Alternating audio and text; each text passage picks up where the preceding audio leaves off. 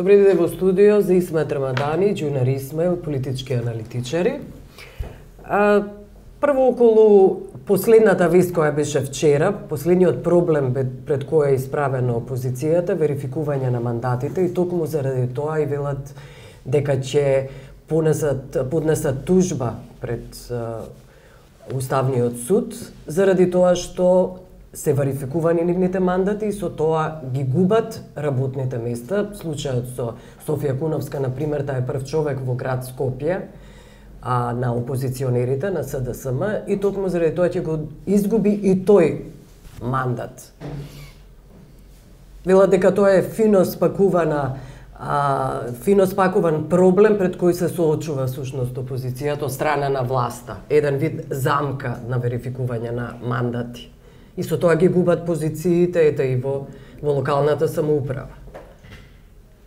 Се власта се разбира ќе прави се, за да, ако може, на најкус можен начин да ја доразнише опозицијата, бидејќи таа сепак е разнишена заради настанија од последните 2 недели. И сега ова се тие обиди преку кои што ќе се проба барем некој од тие 120 од нивните листи биде поколебан, не се дискусија уште една дискусија да одиме, да не одиме и така натаму во парламентот. И тоа е нормално. Се разбира, опозицијата нема некои методи со кои што би можела да одговори кон надвор. Внатре не знам како се одиват дискусиите.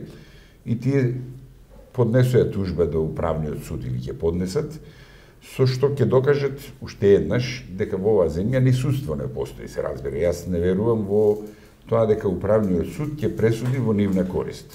Тој ќе пресуди така како што ќе му биде речено од страна на власта, се разбира, бидејќи тој не е суд, тоа е, како и сите судови, орган на политичкото раководство на една политичка партија или евентуално и ова вторава соучесничка партија, ништо друго.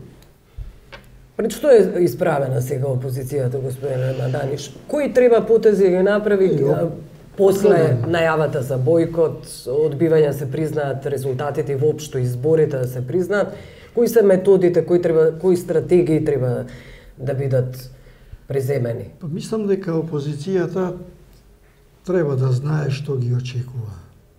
Прво, сите овие форми, методи, власта ќе користи сите инструменти, раздор, некој да се предомисли и така натаму, како што рече Гине. Но ако се подготвени до крај и ако имат цел, а до таа цел треба да знаат дека лесно не се доаѓа, значи нивната цел е техничка влада, избори спроведени од техничка влада, предвремени избори, нормално како вонредни избори, и процесуирање на пријавите за Јанкуловска и Груевски околу Македонска банка, тоа се услови. Сега ова е не е лесен залог. Мислам дека да се оствари сето тоа. Добро е што барем се почувствува тоа дека доаѓат добри знаци од меѓународниот фактор.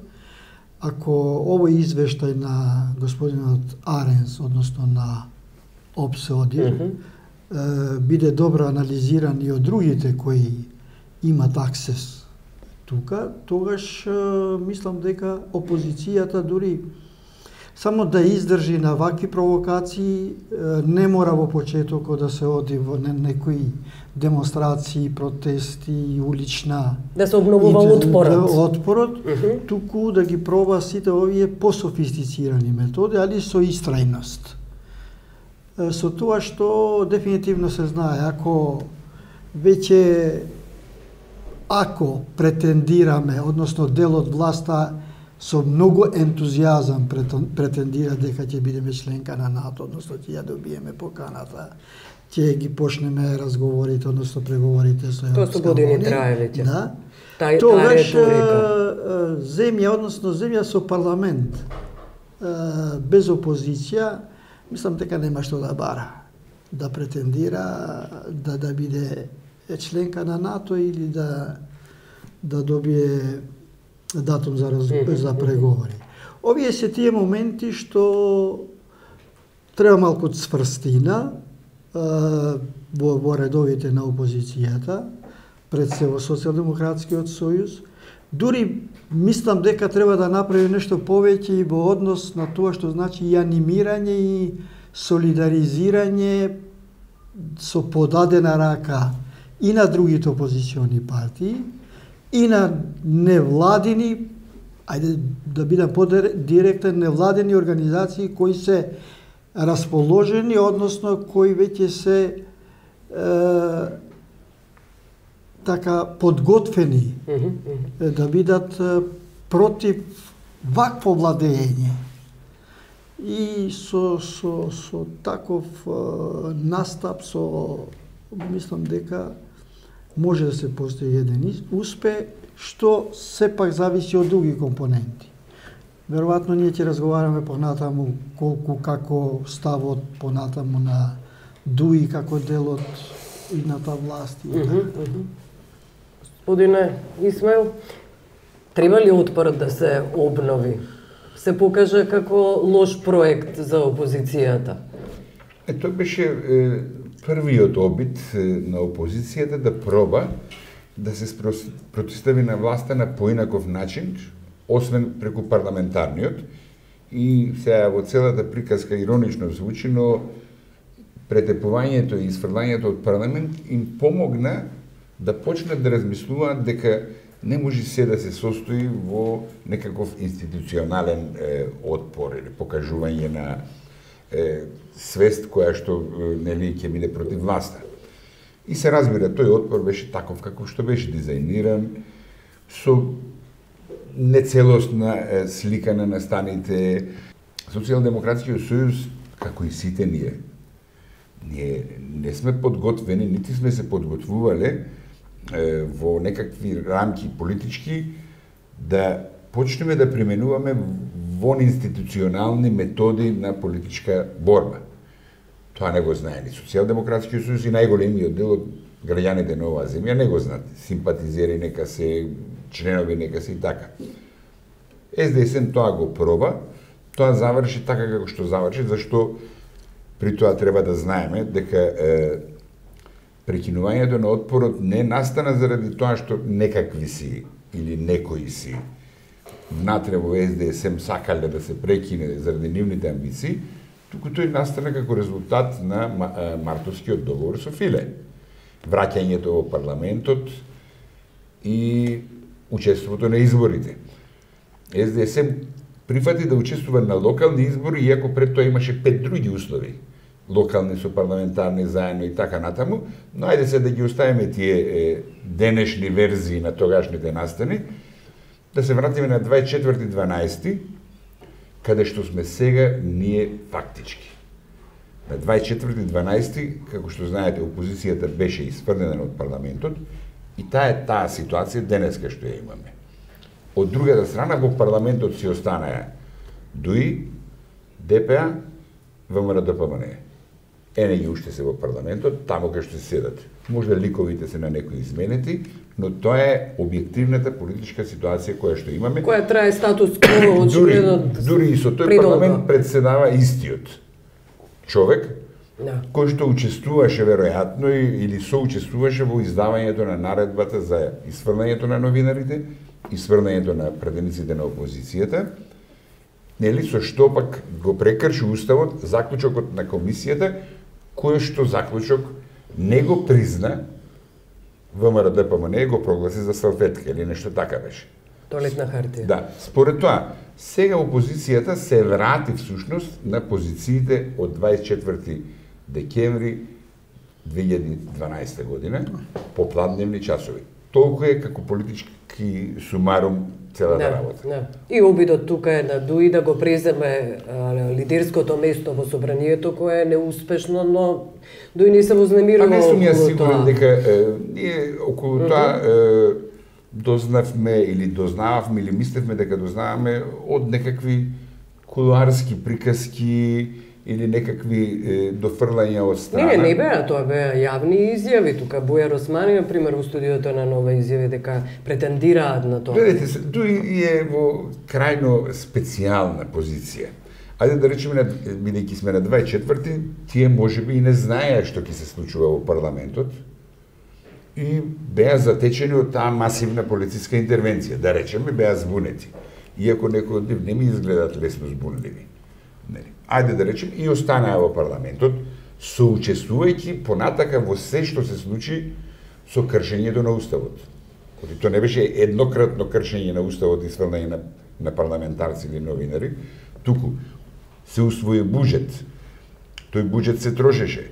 Па после уследија други кршења на Уставот, вклучително што дури нивната политичка поддршка на непризнавањето на хартијата која што се изгенерира преку комисијата за која што се согласија сите, Дуи во оваа ситуација не може да биде амнестиран за ништо.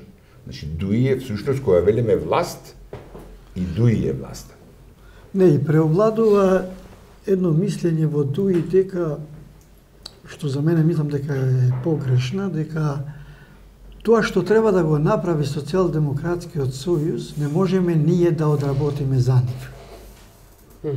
И такви изјави има, и такво мислење има.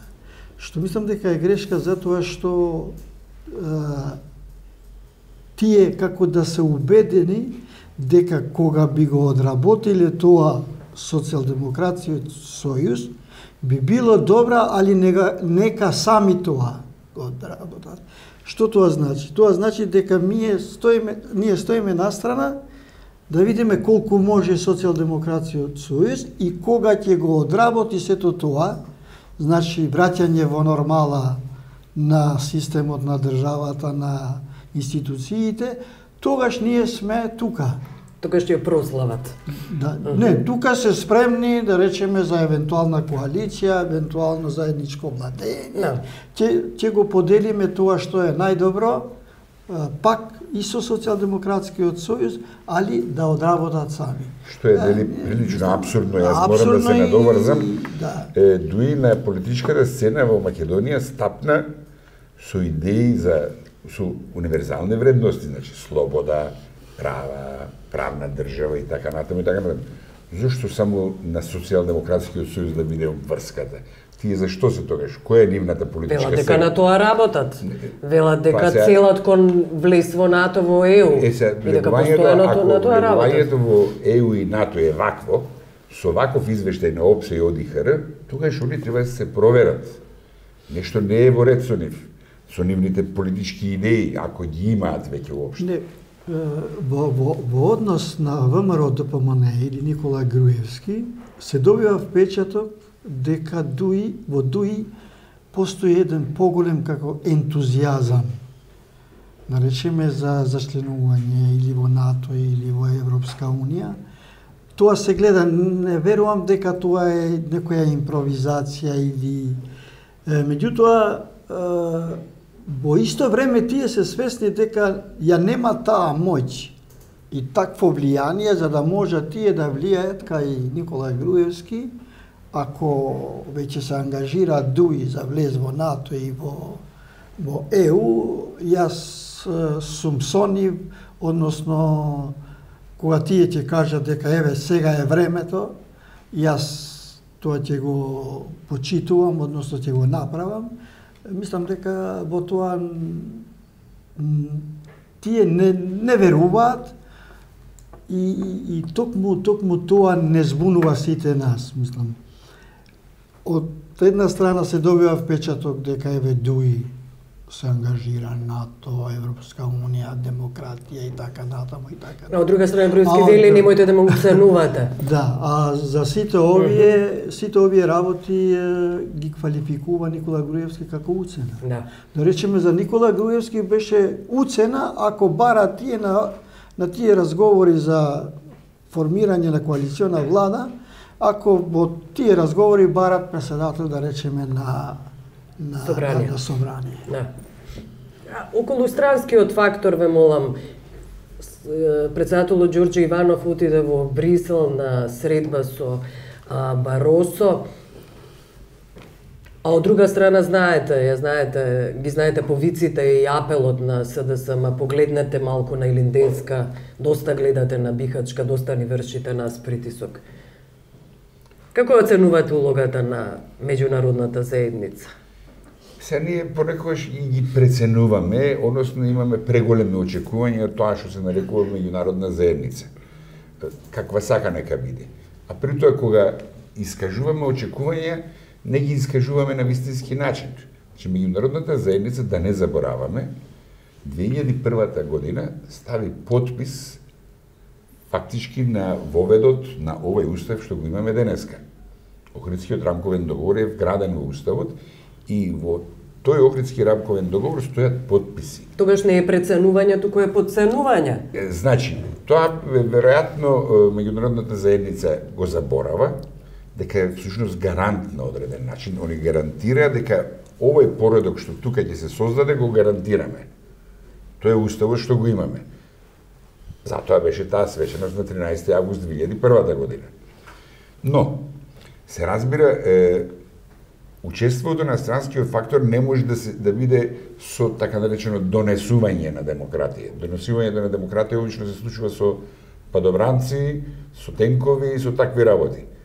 Значи, тој тип на донесување тука е исклучен. Сега како на друг начин може? Дипломатските средства. Кои се тие дипломатски средства кои што ние би ги очекувале? Ние очекувале жесток притисок, ама што? Да излезат пред собрание и, не знам, американскиот амбасадор или европскиот амбасадор да кажат вака треба или онака, тогаш би ни бил повреден суверенитетот. Овдека искажани се јасни амбиции дека постои некаков државноправен субјект, што се вика Република Македонија, и кон неја тие не може да настапат со поинаков јазик од колку овој што го слушаме. Нас можеби не ни се допаѓа, можеби е премек, можеби е по игнорантски, некои работи се прават дека не ги гледат и така натаму. Но добро рече Рамадани, треба внимателно да се читат извештаите, па вклучително и онај на Европската комисија кога се извештајот за напредокот, ќе видите дека тие на фин еден културен начин кажуваат тоа што ние веројатно тука во ова студио или на улица, не знам каде, го кажуваме малце на поинаков начин или со поинаков јазик и со поголемо право. Всушност, ние сме граѓани на оваа земја, тие се странски дипломати со познат занает, со позната реторика, со познати методи. Се друго би било нешто кое што во оваа земја би предизвикало контраефект. Секако во оваа земја луѓето погледнете ги по социјалните мрежи, на половината од учесниците таму идолот им се наоѓа на исток, не им се наоѓа на запад. Во украинските настани, која ќе видите бројот на навивачи за руската страна, се условно речено, и бројот на навивачи за украинската страна, ќе видите дека превагнува тоа. Значи, барањето на СДСМ за формирање на техничка влада со присуство, медијаторство на странскиот фактор, всушност се... Сега е политичката криза отворена. Важна надеж, односно илузија. Не, мислам дека не. Кризата е отворена политичка. Таа ќе се тркала од ден на ден. Еве сега, вчерашните настани се, нели, тужба до управен суд, односно барање од председателот на парламентот, известниот Трајко Велјановски, да им биде одземен мандатот на советници по разни општини, кои што се избрани на листиве. И некои други, не знам, вработени вамо, вработени таму. Тоа е вчерашниот настан, пресекот. Денес ќе видиме што ќе донесе денот. Многу е високодинамична ситуацијата. Што ќе донесе денот? Тужбата ќе веројатно ќе оди до управен суд. Ќе падне, како што предпоставивте. Задутре. Која е ситуацијата? Мислам дека дури е сега поразлична после 24 декември, затоа што ако добро ги читаме, односно ги слушаме изјавите на клучните луѓе. Прво, изјавата и во вашето студио тука на господинот Герт Аренс, како добар познавач на приликите во континуитет во Република Македонија, што веројатно ќе биде и по-респектирана и од другите. Второ, изјавата на Филе беше во Македонија ситуацијата е комплицирана. Последната изјава на Орав дека не е веќе само името проблем, туку има и ред други работи.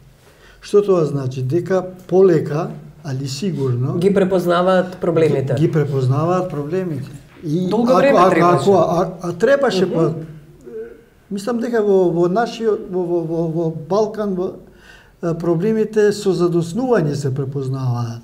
Затоа ние имавме и крвави војни, имавме ситуации, затоа што малку со задоснување, но тука за среќа мислам дека немавме баш така трагични ситуации, имавме ситуации, но како и да е се препознаваат проблемите, што значи ќе се превземат и мерки за, речеме, Филе нема образ, нема лице да им дојде сега по бихачка на СДС и да им каже вратете се во парламентот.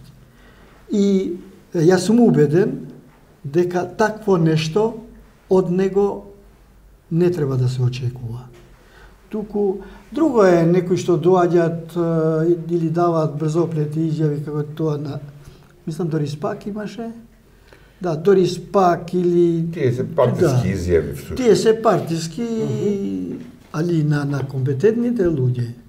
Така што мислам дека состојбата полека се појасна, иако нема многу врева, но како и да е појасна состојбата. Сега мораме уште некои работи да напоменеме каде се наоѓаме ние во целава приказка. Сега следат избори за Европскиот парламент, односно процедура на бирање на комесари на новата европска влада. Тоа е прво.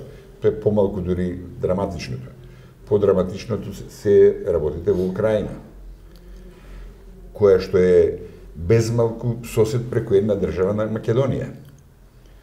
Значи, главната приказка во големата слика се случува во Украина. Колку и да ова звучи претенциозно што го велам, и во таа приказка Македонија е прилично небитна. Тоа што ние на времето или се уште се занесуваме дека сме многу важна стратешка точка, стратешка раскрсница, не знам што и не знам што, тоа се приказки за мали деца. Ние сме потполно ирелевантни и во стратешка смисла, и во политичка смисла, бидејќи од сите страни, значи од сите не, али исток, запад и југ, се веќе НАТО држави. И од тоа што сме биле сега половината од северната наша граница исто така е НАТО држава, всушност. Ние сме некаков джеп останат или можеби оставен за некакви идни разрешувања во кои што претпоставувам дека ќе се барат оставки разни. Вклучително сите би биле најверојатно најсрекни во југоисточната команда во Неапол дека кога би се нашол компромис околу името и кога тоа би се разрешило, тогаш по автоматизам би настапиле заклучоците на Букурештанскиот самит. Но бидејќи не е така, во целата таа ситуација, сега ние да ги слушаме локални приказки за тоа дека ќе добиеме на лото или на лотарија награда во септември, тие многу уплашени сироти на НАТО самитот дека рускиот фактор не знам што ќе прави на брзина преку ноќ ќе ја примат Македонија, тоа се залажувања, лаги кои што за жал и политичарите кои што треба да бидат одговорни. Јас пошто и се бавам со овие работи. Мислам дека јасно треба да ни биде самитот на НАТО воопшто ништо не значи за Република Македонија во тоа што значи добивање на покана за членување во НАТО. Тоа може би за Црна Гора, да. Ние имаме од Букурешт, од самитот во Букурешт имаме заклучок да се најде компромис за името и ние секоја среда во Брисел, во седиштето на НАТО, на ниво на амбасадори добиваме покана. Што значи, јас просто се чудам зашто толку го се вергла тоа дека еве самитот во септември на НАТО и тоа. Тоа за нас не значи ништо. Постојат тези опции дека ќе бидеме примени под фиром. Дека еве и ДП ја повикува Дуи, дека ако не добиеме влез во септември во НАТО, тогаш Дуи треба да се само распушти, да излезе таа работа воопшто. завршена е во Букуреш за нас. Ние веќе ставени сме на ниво на амбасадори. Таа работа за проширување во самит за Македонија е завршена. Тоа важи за другите земји претенденти. Да речеме Црна Гора, пошто и во однос на мапови да ги помине сите тие во Брисел и така натаму, меѓутоа за Република Македонија јас не знам, ова е само вадење од ситуации дека еве доаѓа наредниот самит, купување време. Кое предолго трае? Па трае од самит на самит. Не, тоа купување на време трае од 2008 година.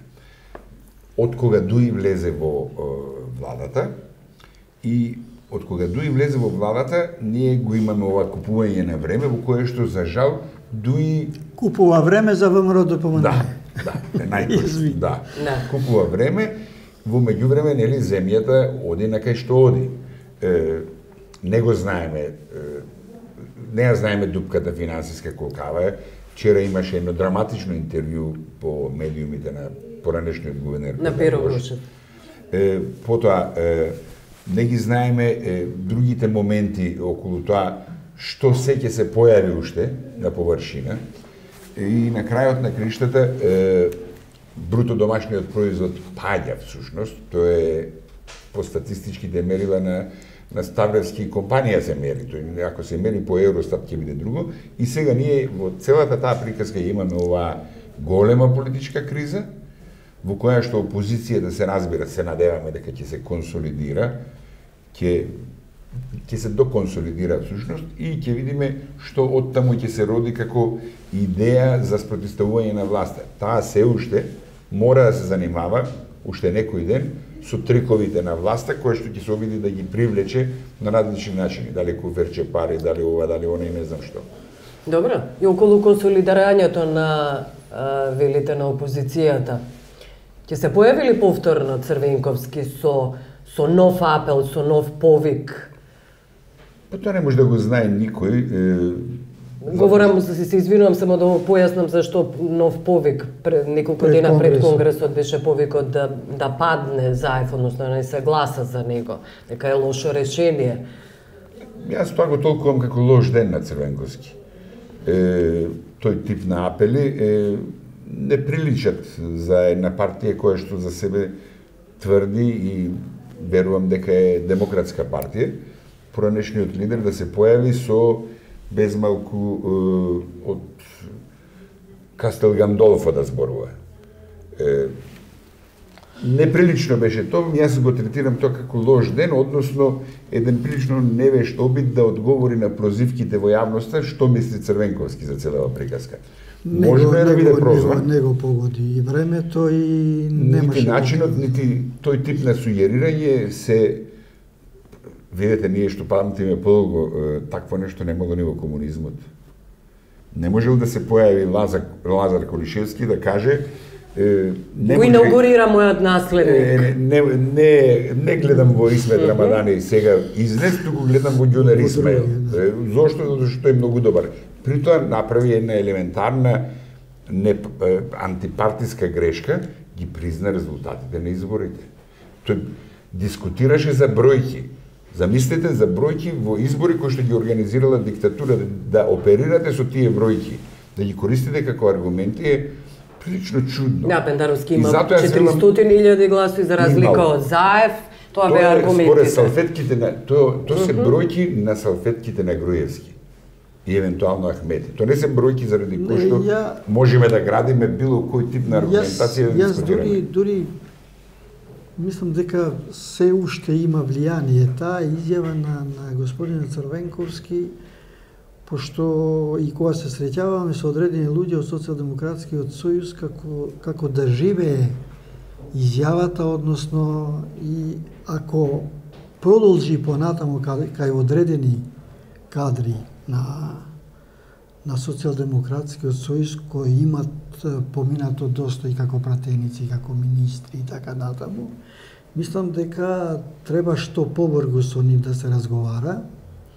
Дури и самиот господинот Црвенковски треба да признае дека оставете ја мојата изјава, затоа што секоја чест за харизмата на господинот Црвенковски или за некој друг. Меѓутоа сега има лидер кој со добро организиран социјалдемократски сојуз, полека и таа харизма лидерска ќе дојде.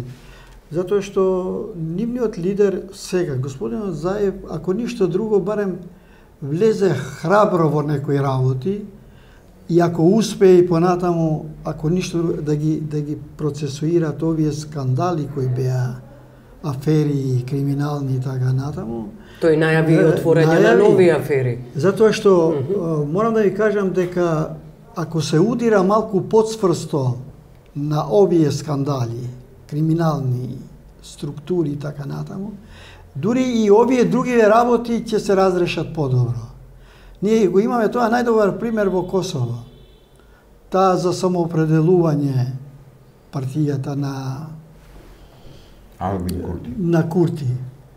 Тие на последните избори Приштина ја добија, али удирајќи на криминални структури, на криминално действување, на афери. Но знаете ли како вели евроамбасадорот, екс-евроамбасадорот Фуере? Никој не знае за овие криминални афери, не постојат медиуми, мислим на традиционални медиуми. Таа порака не може да допре до гласачите, до јавноста, до народот. Немаат представа дека има криминални афери едноставно на оваа власт. Да, ама опозицијата што може да прави? Може од врата до врата да оди да ни дели флаери во кои што ќе биде опишано тоа што тие како доказ го приложуваат. Тоа е едно. Второто е сигурно дека ние не можеме да очекуваме независни внатрешни експертизи македонски, ќе мора да се искористи надворешни експертизи за тоа чии гласи, нели таму станува збор за телефонски разговори, фалсификуван или нефалсификуван печат, ракопис, графолошки анализи и така натаму. А најверојатно веќе од јануар месец се зборува и пред тоа и за друг тип на дејанија на властиве, и тие ќе добиваат некакви дополнувања, некој ќе мора да се почне да се занимава. Некој ќе почне да ќе мора. Не може да го игнорира тоа затоа што ако во меѓувреме се пронајде нафта, например, во Овче поле, кај што ќе го градат најскапиот автопат по километар во Вселената, тогаш ќе се измени ситуацијата, но такво нешто нема. Нити ќе имаме некаков рудник на дијаманти, нити пак на НАТО самитот во септември, големите НАТО умови ќе заклучат дека најважна точка на светот е Македонија, со се Груевски, со се Али Ахмети, дајте овие да ги примеме, малце свежа крв да ни донесат, така да се подобриме. Добре, јас благодарам што бевте гости.